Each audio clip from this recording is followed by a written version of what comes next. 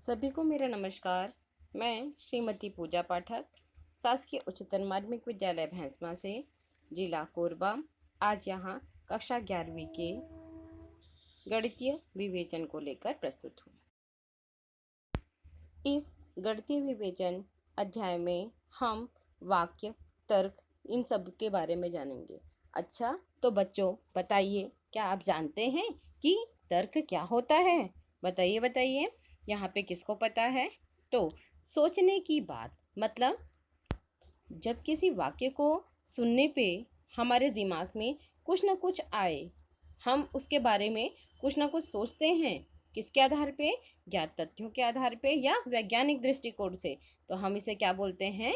तर्क बोलते हैं। लेकिन तर्क को जानने के लिए हमें वाक्य को जानना बहुत ही ज़रूरी है। आप लोगों ने वाक्य का नाम तो सुना ही होगा, तो बताइए बच्चों, वाक्य क्या होता है? सोचिए और दिमाग पे थोड़ा जोर डालिए कि वाक्य क्या होता है। वाक्यों के बारे में तो हम बचपन से पढ़ते आ रहे हैं कि यह एक लाइन है, ये एक वाक्य है। तो इस तरह की जानकारी, जैसे मैं जाता हूँ, मैं खाता हूँ, मैं पीता हूँ, ये सब क्या होते हैं? वाक्य होते हैं। मैं कहाँ जा रहा हूँ, ये क्या होते हैं? वाक्य होते हैं। बताइए, क्या ये वाक्य है? तो वाक्य के लिए हम बोलेंगे हर वह चीज जो हमें कुछ ना कुछ समझाए या जानकारी दे, जो या तो सही हो या तो गलत हो, वाक्य कहलाता है। मतलब तुम कहाँ जा रहे हो, ऐसे क्वेश्चन मार्क वाले शब्द उसमें ना हो, मतलब वह सही जानकारी हो या गलत जानकारी हो, जिसके बारे में हम सीधे सीधे सही या गलत बोल सकें, ये क्या कहलाते हैं?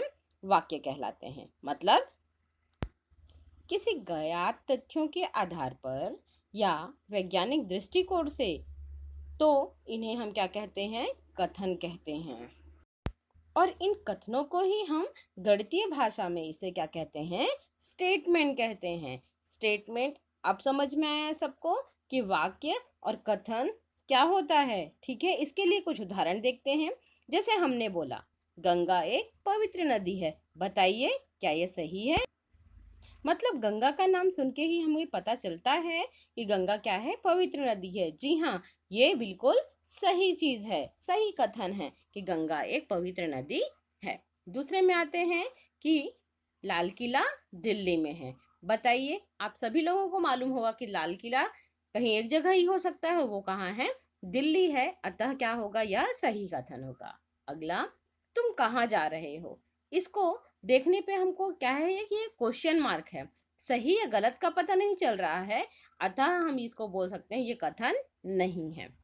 और भी उदाहरण हम लेते हैं, जैसे कि आज का दिन अच्छा है।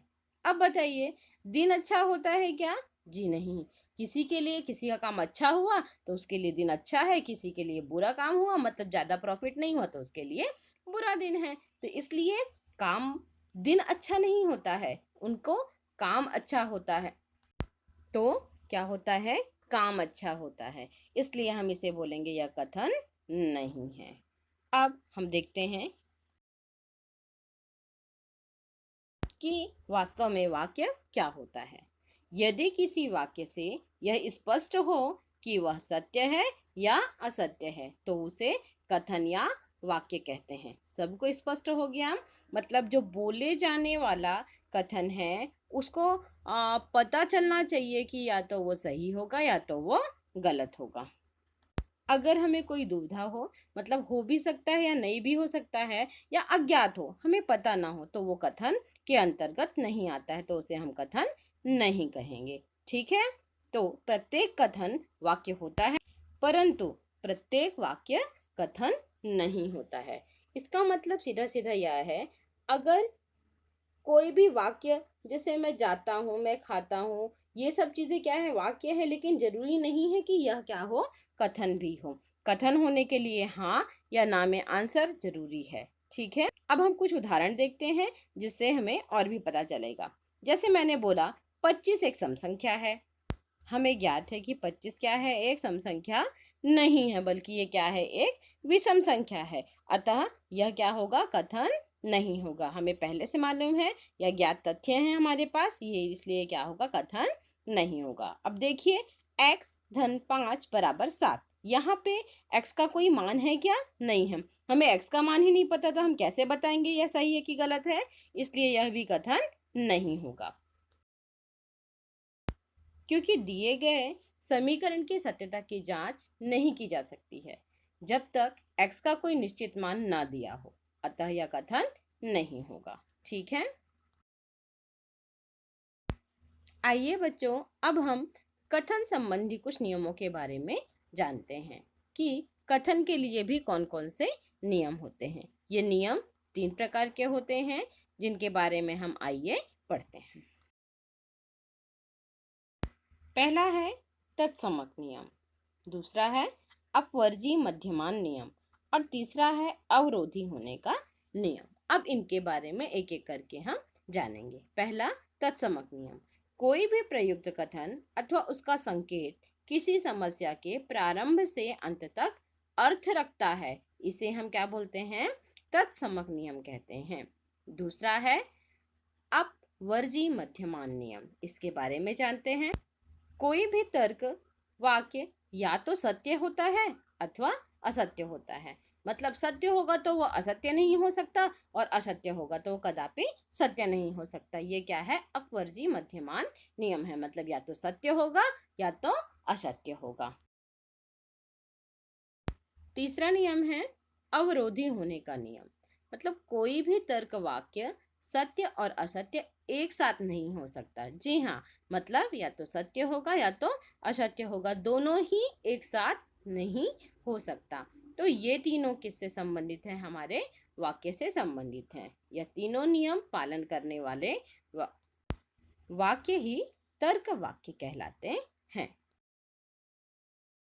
आइए बच्चों, अब हम तर्क तो हमने अच्छे समझ लिया, अब हम कथनों के कुछ प्रकारों के बारे में पढ़ते हैं। टाइप ऑफ स्टेटमेंट क्या होता है? कथनों के मुख्यतः 2 प्रकार होते हैं। पहला सरल कथन सिंपल स्टेटमेंट, दूसरा होता है संयुक्त कथन कंपाउंड स्टेटमेंट। इन दोनों के बारे में हम आगे पढ़ते हैं। तो पहला है सरल कथन। सरल कथन मतलब ऐसा कथन जो स्वयं अपनी सत्यता को स्पष्ट करता है, सरल कथन कहलाता है। ऐसे कथन बनाने में किसी संयोजक शब्द का प्रयोग नहीं होता है। उदाहरण के लिए सम संख्याओं का योग सम होता है। अगला है संयुक्त कथन। 2 या 2 से अधिक सरल कथनों को किसी शब्द के द्वारा सहयोग करके संयुक्त कथन बनाया जाता है। मतलब 2 सरल कथनों को आपस में एक साथ मिलाते हैं। इनके लिए संयुक्त करने के लिए हमें कुछ शब्दों का प्रयोग करना पड़ता है। जैसे ये शब्द हैं और, या, यदि तो इत्यादि शब्दों के द्वारा हो सकता है। उदाहरण के लिए यदि x और y 2 परिमेय संख्याएं हैं तो उनका योग भी एक परिमेय संख्या होगा। यहाँ पे देखिए यदि और तो दोनों लगा हुआ है, मतलब ये क्या है? हमारा संयुक्त कथन। इसे ही हम क्या बोलते हैं? संयुक्त कथन। और भी उदाहरण ले सकते हैं, ठीक है?